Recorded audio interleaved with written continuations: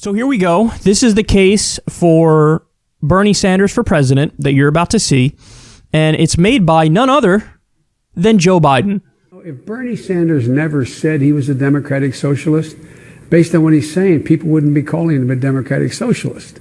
That's how he characterizes himself in sort of European terms, the democratic socialist parties in Europe. But why is she having trouble? Well, I think that Bernie is speaking to a yearning that is deep and real, and he has credibility on it.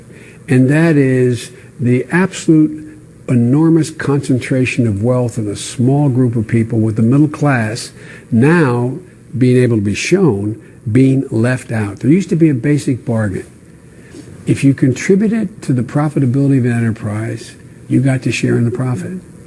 That's been broken. Productivity's up, wages are stagnant. Hillary's talking about that as well. Well, it's relatively new for Hillary to talk about that.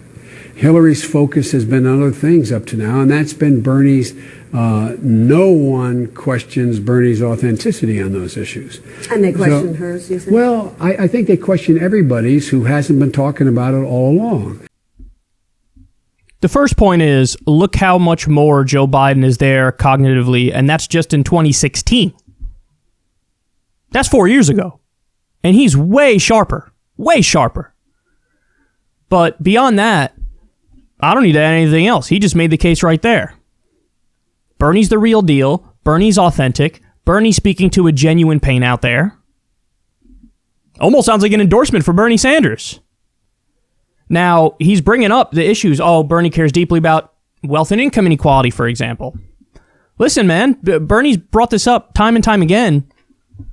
Joe Biden has repeatedly pushed for cuts to Social Security. Joe Biden has supported many of the outsourcing deals that devastated the Rust Belt. Joe Biden supported the Iraq War. His own record has a lot of terrible votes in it. Horrible votes in it. And it's almost like he's letting you know. Yeah, this guy's the real one who's fighting income and wealth inequality. This guy's the real one who's tapping into that working class anger and that pain. Almost sounds like an endorsement to me. So there's been a lot of that. I've been seeing a lot of videos of, the other candidates in moments of honesty talking about how, yeah, we all know who's fighting for the little guy. We all know who that is. Okay, it's Bernie Sanders. It's Bernie Sanders. So not only does he eclipse them on policy, we've also discussed this before, but when it comes to electability, there's nobody even close. I think Bernie Sanders is the only one with a chance to beat Donald Trump. I think Joe Biden would be a massive underdog, in part because he's got a record that Trump could hold over his head like Trump did to Hillary. He has a very similar record to Hillary. And also because, yes, he's experiencing pretty severe cognitive decline. So I take no pleasure in reporting that. I take no pleasure in saying that, but that is the fact of the matter. That's the reality of the situation. And I think everybody needs to know that. Everybody needs to understand that. So for all that, you're going to see it moving forward quite a bit now. Joe Biden is going to go all in on, Bernie's extreme. Bernie's unelectable. Bernie, oh my God. Say anything nice about Fidel Castro lately, Bernie?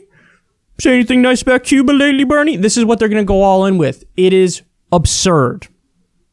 And Joe Biden is part of the Obama administration, and the Obama administration, like every American administration, buddy with many authoritarian regimes around the world. So don't tell me, I'm going to clutch my pearls and accuse Bernie of, cuddling up to authoritarians. Tell me about your relationship with Saudi Arabia. Got anything to say about that?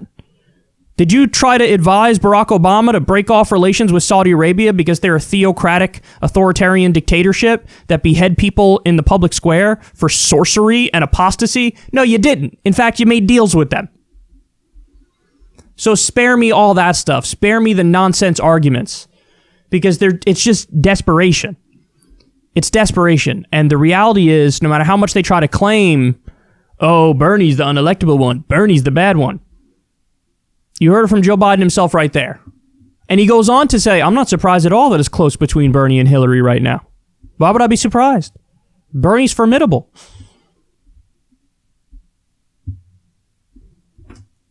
Make the right decision. If we go with Joe Biden, we're going to experience 2016 all over again. 2016 2.0.